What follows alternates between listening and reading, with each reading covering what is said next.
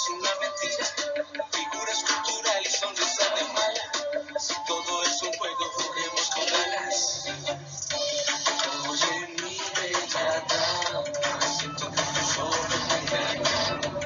Yo no sé lo que tramas, pero contigo me quiero arriesgar. Oye, mi bella dama.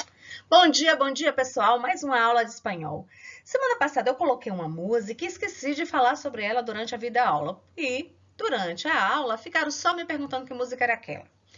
Então, para quem está interessado, aquela música, o título é No Perdamos el Tiempo, tirada da série La Reina del Flow. Essa de hoje é cantada por Cris Vega. O nome é Me Beija a Dama. Porém, essa não é a temática da aula de hoje.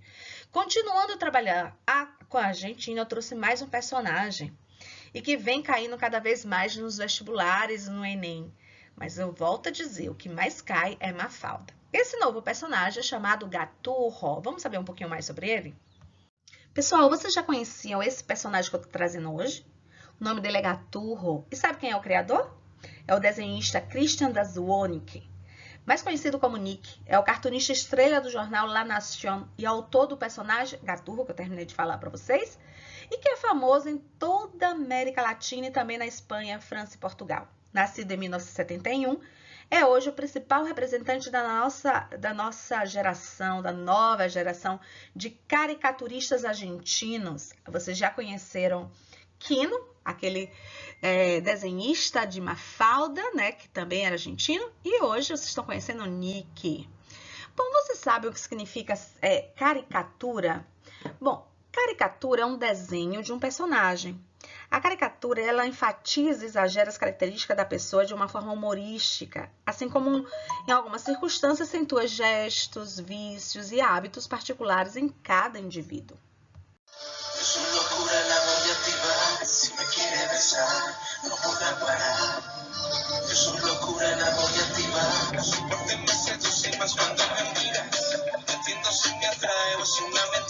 Bom, e quem é esse personagem? Gaturro é um gato com grandes cachetes amarillos. O que é isso? Grandes bochechas amarelas. A série trata sobre a vida desse gato, né, que tem o mesmo nome da série, e quem está perdidamente apaixonada por uma gatinha, que se chama Ágata. Mas essa gata não está nem aí para ele, não lhe preste atenção. Bom, o Gaturro vive na casa de uma família de classe média composta por um casal e 2 filhos. Como é que isso cai no vestibular? Cai da seguinte forma, um exemplo dessa tirinha aqui.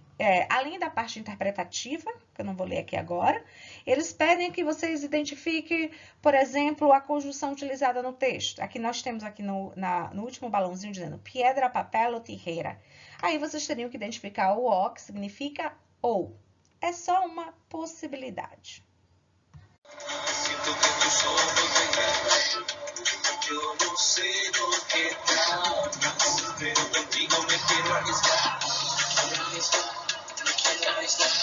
Eu trouxe mais uma tirinha que vocês poderiam imaginar se essa tira cai na prova, né, no teste, ou no Enem, ou no vestibular, como vocês vão trabalhar. Além da questão, né, de interpretação, a gente também trabalha a parte de gramática. Só que aparece uma coisa aqui que eu nunca trabalhei com vocês. Lembra que a gente já trabalhou tudo, só que tem sempre alguma coisa que não foi explorada. E o assunto que não foi explorado aqui é esse prefixo ré, que tem a função de intensificar a palavra posterior. No caso, ré grande quer dizer muito grande, ré chica quer dizer muito pequena, ré cambiante, que é muito propício a mudanças, ré estable, muito estável, ré a favor, ré em contra, ré cool, muito legal, ré normal, muito normal, ré terca, terca significa teimosa, ré dócil, muito dócil, ré rebelde, muito rebelde, ré tranks, muito tranquila. Então a gatinha chega e fala com o Gaturro: Olá, sou Gaite. Gay, isso aqui ela faz referência a ela, gata, tim. Sou adolescente, sou re grande, também sou re chica, sou re cambiante, pero re estable. Estou a favor, pero re em contra. Olha só.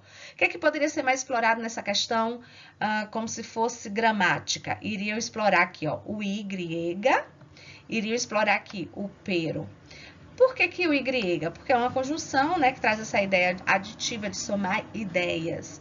Lembrando que a regra geral é se utilizar esse y, porém, antes de palavras começadas com I ou HI, a gente vai usar o Y, gente?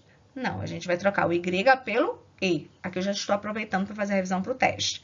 E esse pero tem um sentido de quê? Tem um sentido adversativo, que significa eu vou utilizar para trazer uma ideia contrária à ideia anterior. Aqui ela fala que ela é muito a favor, mas ao mesmo tempo ela é muito contra. Então são ideias contrárias, por isso ele utiliza o pero. E aí vai repetindo até no final, yo tampoco. Su locura la voy a activar. Si me quiere besar, no podrá parar.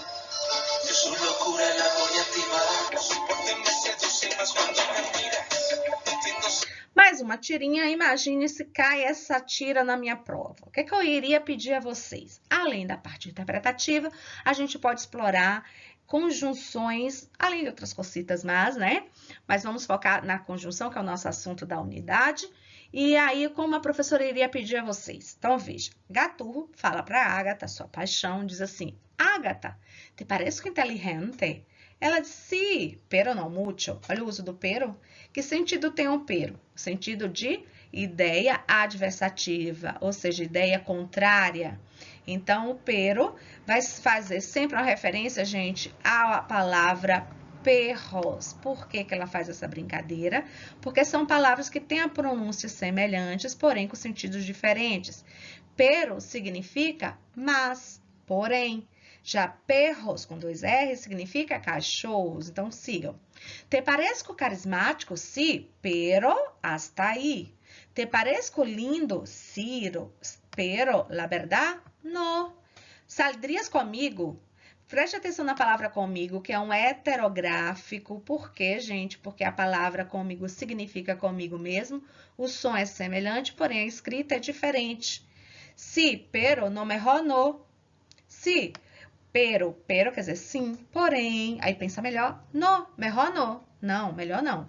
A los perros le tengo miedo, pero a los perros le tengo terror. Ele pensa, aos cachorros eu tenho medo, porém, os perros eu tenho terror.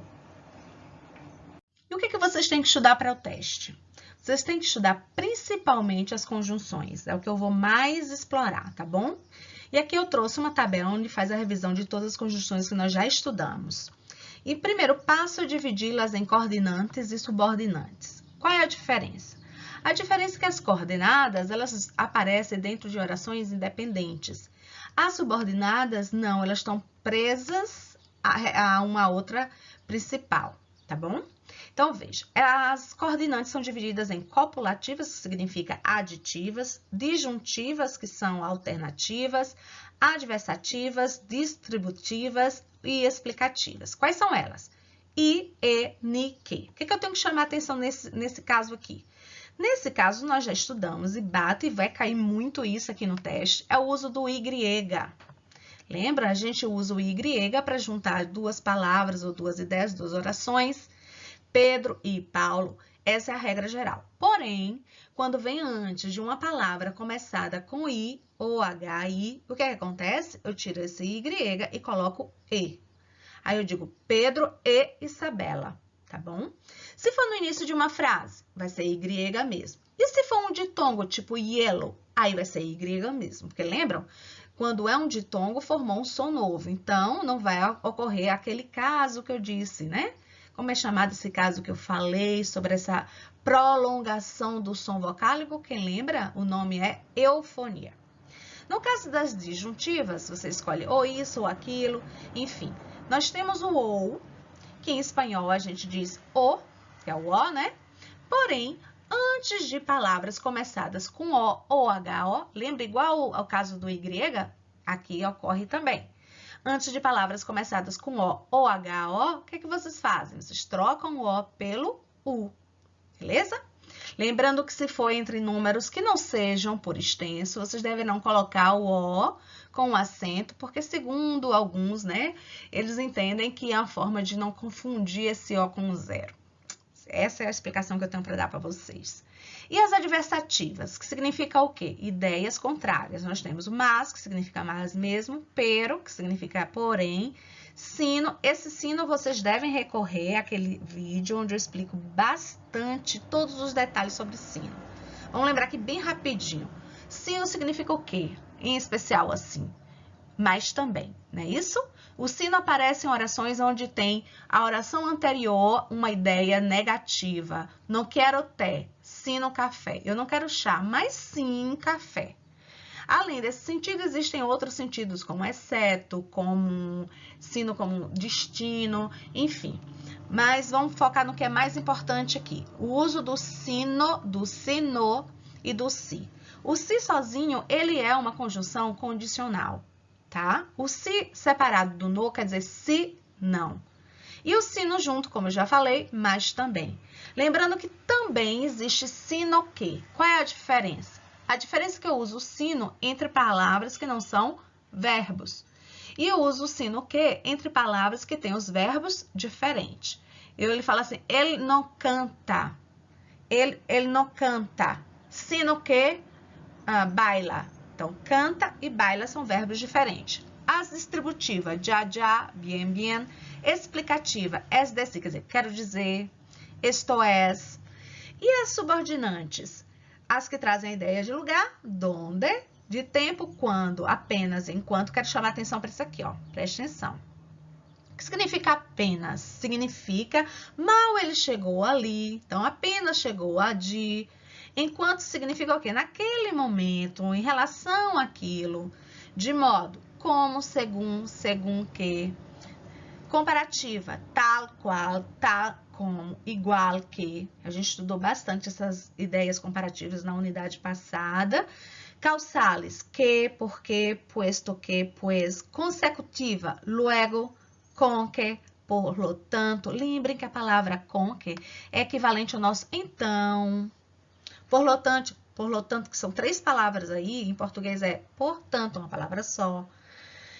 E condicionales, se, que a gente já trabalhou, en el caso de que e como. Concessivas, aunque. Primeiro, o que significa a ideia concessiva? Significa uma ideia contrária, uma ideia que você não...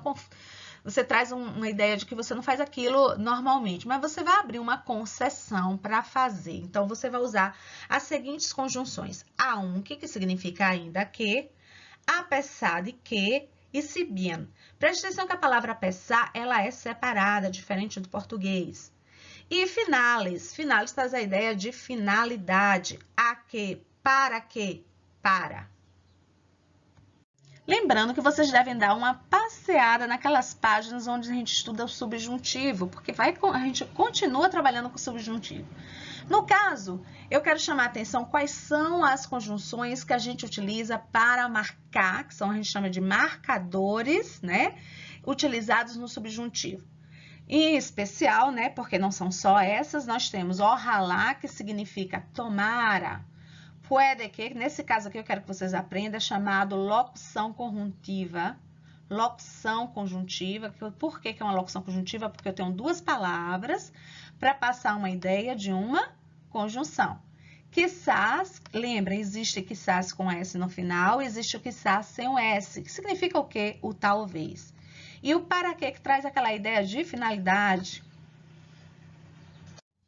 Ainda trabalhando com conjunções, eu quero chamar a atenção para esses marcadores temporais. Primeiro ponto é parar e pensar. Por que a gente fala marcador temporal? Porque esses marcadores exigem que a gente utilize um tempo verbal específico. Por exemplo, se eu digo ojalá, ele vai nos obrigar a utilizar sempre o subjuntivo. Então, eu trouxe aqui um quadro onde retrata quais são as conjunções que a gente mais utiliza em determinado modo verbal. Mas o que nos interessa hoje, em especial, é o subjuntivo. E já de início, eu quero chamar a atenção que o quando, embora seja usado no infinitivo, ele deve ser usado, lembra que a gente estudou, e isso é muito importante que vocês tenham atenção, que a gente usa o quando com o subjuntivo, ou seja, com o presente do subjuntivo, para trazer uma ideia de futuro. Veja, a menos que, Com tal de que ou com tal que. O que é isso? É chamado locução conjuntiva. Por quê? Porque nós temos mais de uma palavra para trazer uma única ideia, fazendo o papel de uma conjunção. Câmbio de sujeito, para que, sim que, antes de que, em caso de que. Câmbio de sujeito, futuro ou mandato, depois de que, hasta que. Esses são os mais usuais e exigem que vocês utilizem obrigatoriamente o verbo no modo subjuntivo. Então, galerinha, eu quero que você já comece a estudar agora para o teste da semana que vem. Eu fiz muito exercício com os assuntos, a gente fez simulado, fui treinando vocês já para esse teste, né? Lembra daquele ditado? Treino difícil, jogo fácil. Então, se vocês fizeram tudo com atenção, com certeza vão chegar no teste e vão fazer assim, ó, com muita tranquilidade. Então, o que é que vocês vão estudar para o teste? Vão estudar pontuação, bem pouquinho assim, é só para ter uma noção mesmo. Conjunções muito, principalmente aqueles pontos que eu já disse para vocês, o uso do sino, do pero, do y, do o, é o que eu vou botar mais questões, tá? O uso do subjuntivo, sim, não pode esquecer as temáticas que a gente vem trabalhando até então, né? Sobre Mafalda, Quino, Laberrez, que são coisas que vocês não precisam estudar. Vocês vão aprendendo com as atividades que a gente vai fazendo, então não precisa sentar e estudar. Quem fez, aprendeu, e aí vai utilizar agora, né, no teste, de uma forma que vocês possam entender melhor o texto, ou seja, vocês vão fazer uso dessa aprendizagem através da interpretação. Vocês vão ver isso aonde, gente? No livro. Eu quero que vocês deem uma repassada, porque eu não vou explorar tanto, mas vocês precisam saber disso, ó, que a gente trabalhou lá na primeira unidade, na página 16, página 29, página 31, 32 e 36. Essa parte aí é só revisão. Porém, é necessário que vocês saibam o subjuntivo para poder usar as conjunções que são utilizadas no subjuntivo, tá bom? E o que é novo, que é assunto para o teste, que eu vou explorar mais, é a página 59, 64, 66, 70 até 72. Então, eu confio em vocês, tá? Olha, essa turma é a turma que menos tem me dado, assim, respostas, ou seja, são os alunos que menos visualizam as aulas, são os alunos que menos me tira a fotinha e manda para mim, para eu corrigir as atividades. Então, gente, vamos consertar isso, tá? Confio em vocês.